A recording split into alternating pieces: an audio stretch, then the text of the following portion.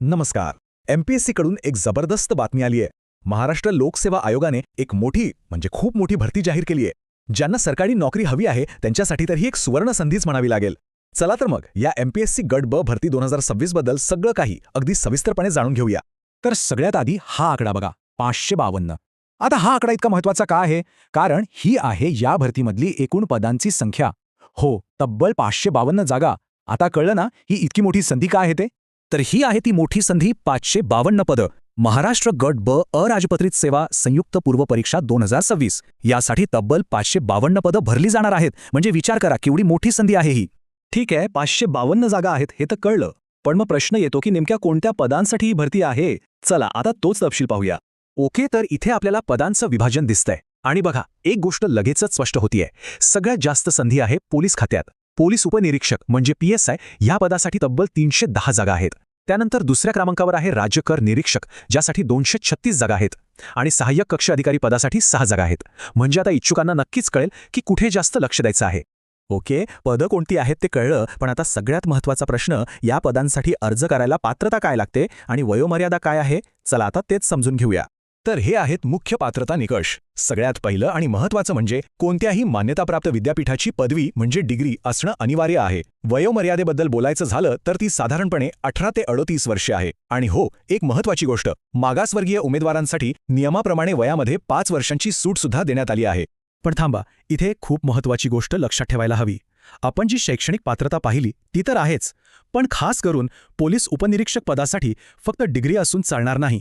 त्यासाठी काही विशिष्ट शारीरिक निकष म्हणजे फिजिकल क्रायटेरिया सुद्धा पूर्ण करणं बंधनकारक आहे. त्यामुळे अर्ज करण्याआधी याबद्दलची सगळी माहिती व्यवस्थित तपासून घ्या. चला आता वळूया या भरतीच्या सगळ्यात महत्त्वाच्या भागाकडे. अर्ज कसा करायचा आणि तारखा काय आहेत याकडे अजिबात दुर्लक्ष करून चालणार नाही. एक गोष्ट अगदी स्पष्टपणे लक्षात घ्या. अर्ज करायचा आहे तो फक्त आणि फक्त MPSCच्या अधिकृत वेबसाईटवरून, आणि तोही ऑनलाईन. दुसरा कुठलाही मार्ग नाहीये, हे पक्क लक्षात ठेवा. आता या तारखा या तर कॅलेंडरमध्ये लगेच मार्क करून ठेवा. ऑनलाईन अर्ज सुरू होणार आहेत 10 एप्रिल 2026 पासून, आणि अर्ज करण्याची शेवटची तारीख आहे 22 एप्रिल 2026. म्हणजे बघा, अर्ज भरण्यासाठी फक्त आणि फक्त 12 दिवसांचाच वेळ आहे. त्यामुळे शेवटच्या दिवसाची वाट बघू नका. आणि मग पूर्वपरीक्षा ती होणार आहे 14 जून 2026 रोजी. ठीक आहे, आता जरा आर्थिक बाबींबद्दल बोलूया. म्हणजे नोकरी लागल्यावर पगार किती मिळणार आणि अर्ज करण्यासाठी फी किती आहे? तर पगाराबद्दल बोलायचं झालं तर या पदांवर निवड झाल्यावर तब्बल 38,600 रुपयांपासून ते 1,42,400 रुपयांपर्यंतचा आकर्षक वेतनपट लागू होईल. म्हणजे एक उत्तम करिअर आणि आर्थिक स्थिरता देणारी ही संधी आहे, यात काही शंका नाही. आता अर्ज शुल्काबद्दल पाहूया. इथे प्रवर्गानुसार शुल्कात थोडा फरक आहे. जे उमेदवार खुल्या प्रवर्गात म्हणजे ओपन कॅटेगरीमध्ये येतात त्यांच्यासाठी 394 रुपये शुल्क आहे, आणि जे मागासवर्गीय उमेदवार आहेत त्यांच्यासाठी हे शुल्क 294 रुपये आहे. तर ही सगळी माहिती आता आपल्या समोर आहे. पदं कोणती, जागा किती, पात्रता काय, तारखा कोणत्या, सगळं काही. आता प्रश्न एकच उरतो, ह्या संधीसाठी आपण तयार आहोत का? सरकारी सेवेत जाण्याचं स्वप्न पूर्ण करण्याची ही जी संधी आली आहे त्यासाठी कंबर कसली आहे का? जर या प्रश्नाचं उत्तर हो असेल तर मग आता उशीर करून चालणार नाही. तयारीला लागण्याची हीच ती योग्य वेळ आहे.